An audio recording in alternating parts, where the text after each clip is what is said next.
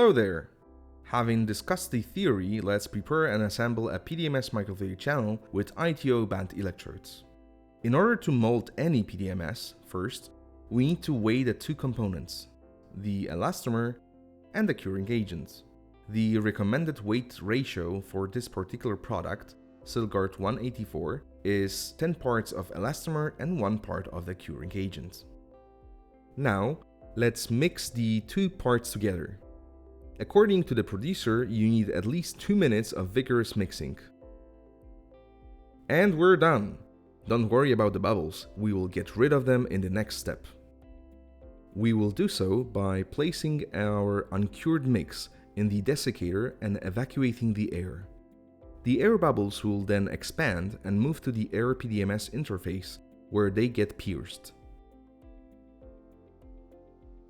Keeping the pump running may result in the PDMS mix level to increase and potentially even flow out of the container.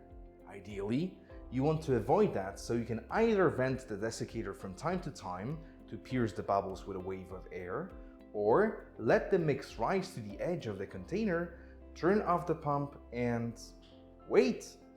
After about 15 to 20 minutes of waiting, the liquid PDMS mix is crystal clear and there is not a single bubble in sight.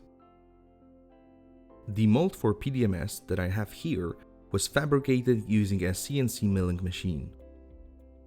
It consists of two parts, the bottom one with a convex microfluidics channel and the top one being the mold wall. After carefully placing and aligning the two parts of the mold, we can pour the degassed liquid PDMS into it. We need to pour a little bit too much of the PDMS, thus forming a meniscus. Next, we take a glass slide, gently and slowly sliding it to scoop the meniscus. In that way, we are limiting the height of PDMS slab and, at the same time, we are avoiding introducing bubbles into the channel. Be careful about the bubbles. If they appear near the channel or inlet-outlet, they can pose a potential issue. If they are anywhere else, it's rather okay. After clamping the mold using a glass slide, we can put it into the oven at 70 degrees Celsius for at least 2 hours. The electrodes in a microfluidic electrochemical system are normally placed on a flat surface that can be easily attached to the PDMS channel prepared in the previous step. Now, we are going to pattern ITO electrodes in a very simple yet reproducible way. For that reason, we are using Scotch tape to mask the surface. We will use a simple laser cutter to cut our pieces of glued tape. After cutting the specific patterns, we need to peel off the tape from the parts of the ITO plate that are meant to be wet etched. The etchant solution consists of 3 molar iron 3 chloride dissolved in a concentrated hydrochloric acid. This is what the ITO band electrode looks like after etching. Now, having all elements ready, we can assemble our device. Let's pierce some holes for inlet and outlet tubing using a biopsy puncher. Now, let's make a little bit bigger hole for the reference electrode. I strongly recommend using a custom-built stage, such as this one. This simple CNC milled piece of plastic limits the manual error of the user. We put the glass substrate with patterned ITO electrodes in the first orifice, ensuring that the ITO is facing up. Now, we place the PDMS slab on the glass slide with the microfluidic channel facing down. Afterwards, let's screw everything together using the top part of the stage. Now, what's left is to put the inlet and outlet tubing into the PDMS slab. The last part is placing the reference electrode into the system. To do it in a bubble-free manner, we can first pump a little bit of liquid through the system using a syringe so that it flows out from the hole dedicated to the reference electrode. With a droplet at the hole, we can submerge the reference electrode and then fix it into the channel.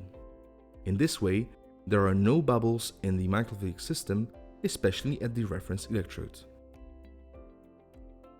we will perform cyclic voltammetry of a ferrocyanide-ferricyanide couple to test the microfluidic device.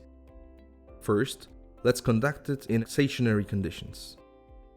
The presence of oxidation and reduction peaks means that in stationary conditions, the process is diffusion limited. We recommend our video devoted to mass transfer phenomena if you need to brush up on this topic.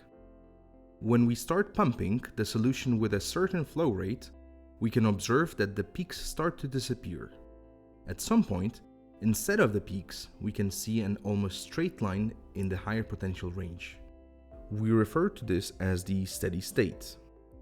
Increasing the potential does not contribute to the current increase anymore, because the process already proceeds at its maximum rate in the given conditions.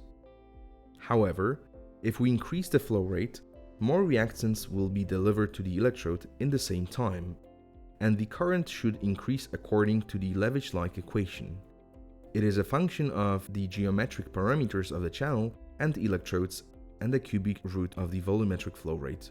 Taking the reciprocal values of current for specific potentials and plotting them against the reciprocal of the cubic root of the volumetric flow rate, we get the Kotecki-Levitch-like plot for microfluidic electrochemistry. The Kotecki-Levitch equation binds measured current with the reactant's mass transport and kinetic activity. Using the plot, we can dissect the measured current into limiting and kinetic currents.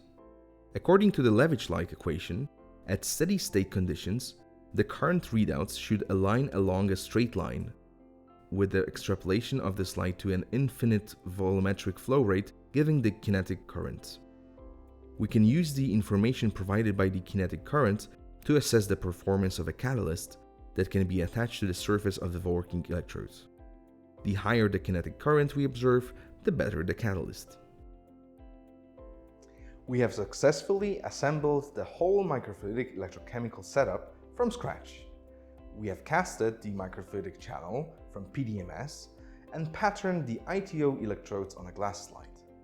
Then, we have tested the whole setup and performed the data analysis using Levitch-like and Levitch-Kotecki equations. Hope you enjoyed this video module. Thanks for watching.